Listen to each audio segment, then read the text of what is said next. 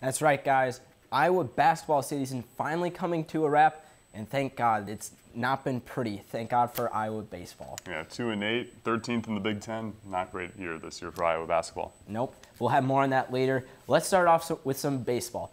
Iowa baseball is back. The reigning Big Ten tournament champions took advantage of the warm weather last week and held their first outdoor practice of the year. They're welcoming back some of their top guns with Tyler Cropley, Matt Hoig, Austin Guzzo, Mitch Bowe, Chris Whalen, and Robert Newstrom, who was named preseason Big Ten Player of the Year by Perfect Game USA. And is also the 74th best prospect in Division I baseball's top 100 college prospect list for the 2018 MLB Draft. The team also announced their 6 captains yesterday, which Newstrom was an obvious choice to lead the team, along with pitcher Nick Allgaier, pitcher Kyle Shim, catcher Tyler Cropley, and outfielder Chris Whalen. Here is what catcher and go-to designated hitter Austin Guzzo had to say on starting their season in the 54-degree weather they got last week.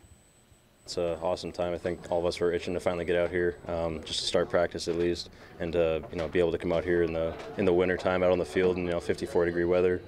It's pretty exciting. Just kind of helps that vibe a little bit.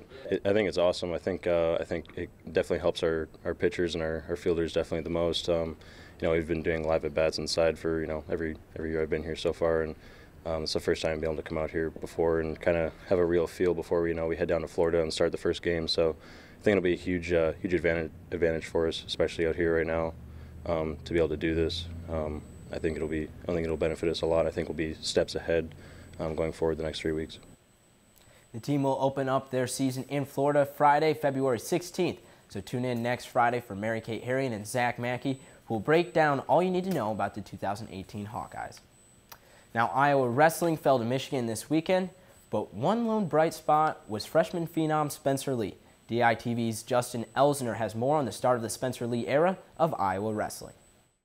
Since January 5th, when one Hawkeye wrestler burned his red shirt, he has been making a name for himself on the national level. Within the first 46 seconds of his debut, true freshman Spencer Lee pinned Rayvon Foley of Michigan State, giving the Hawkeyes an early lead in a dual meet, which they would end up winning 49-6. If we don't do this, the next time you compete is going to be, at the Pat Flash Flanagan Open. I'm not sure that for a guy that what you've accomplished already, that's the best path, and he was on the same page right away. So this path is definitely the path that he needs, and that was the thought process. Expectations were high for Lee coming to Iowa after being a 3-time state champion in the state of Pennsylvania. In his senior campaign, though, Lee suffered a torn ACL, which he is still recovering from. I'm not sure how I envisioned this first year. I was more worried about getting my knee healthy and everything than, everything that's going on right now. So that was kind of the main focus then, but I'm glad everything's going well, and I'm hopefully to continue to keep on improving. The national spotlight got even brighter on January 21st when Lee handed the #1 ranked Nathan Tomasello his first loss of the season. It just, I guess it shows that I'm right there, right? Since then, doubts about his ability have been pushed to the side, and many now view him as a true national title contender. The Hawkeyes will have a chance to bounce back after dropping 2 meets this Friday, February 2nd, as they will face the Minnesota Golden Gophers. From Carver Hawkeye Arena, I'm Justin Elsner, DITV Sports. Lee's next test will come Friday against number 6 Ethan Lysak of Minnesota. The Iowa women's basketball team played the Nebraska Cornhuskers Sunday at home after coming off a huge win against number 12 ranked Ohio State. But the momentum, unfortunately, did not come with them. However, one bright spot kept Iowa alive on Sunday. The women's basketball team experienced a tough loss against Nebraska. Megan Gustafson scored 26 points total in the game. Megan also pulled down her 10 boards and 5 blocks to receive her 20th double-double of the season against Nebraska. This has also been her 47th of her career. We need to keep that going, having that leadership and making sure the team knows that we can still do great things coming into this. We just beat the number 12 team in the nation, and so just remembering those really good highs, but also learning from those bad lows. Her leadership has been shown throughout this season by being named the Big Ten Player Honor Roll this week for the 11th time this season.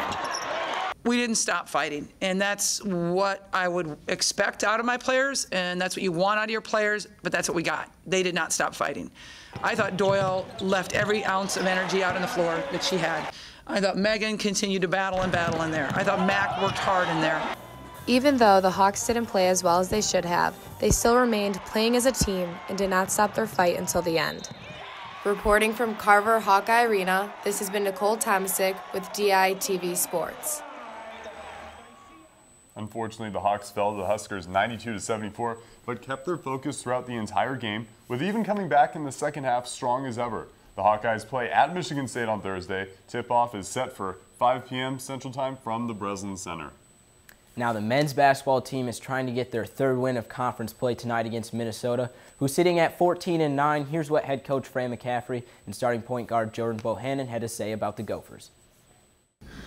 You know, one of the things that's impressed me is Murphy. I mean, he's having a spectacular season. I mean, player of the year kind of numbers. He just does more. He's got a little more room. You know, they went small recently, which was effective, but they can still go big with, you know, Kanate or Jeju. So they've still got some flexibility, but I think, you know, like I said, the space that Murphy has now to go to work, and he just kind of stepped his game up since Lynch has been out. Obviously, they have a really good point guard with Nate Mason. And obviously, they have dominant posts down low. He's averaging double-double right now, which is pretty impressive, the numbers he's been putting up. So, but they run a lot of ball screen offense, so we got to be able to handle that. Hopefully, we just get out in transition like we have been. We haven't really had a problem scoring points the past couple games, so we just have to continue to do that and just get some stops down. Whether that's trying to limit their paint. Obviously, Mason's going to try to get in the paint, get down to the big guys and stuff like that. And obviously, he's coming out of a big game. I think he had 29-9 in the last game against Northwestern. So we just got to limit him and try to limit their rebounding, because obviously they're got a lot of posts down low as well.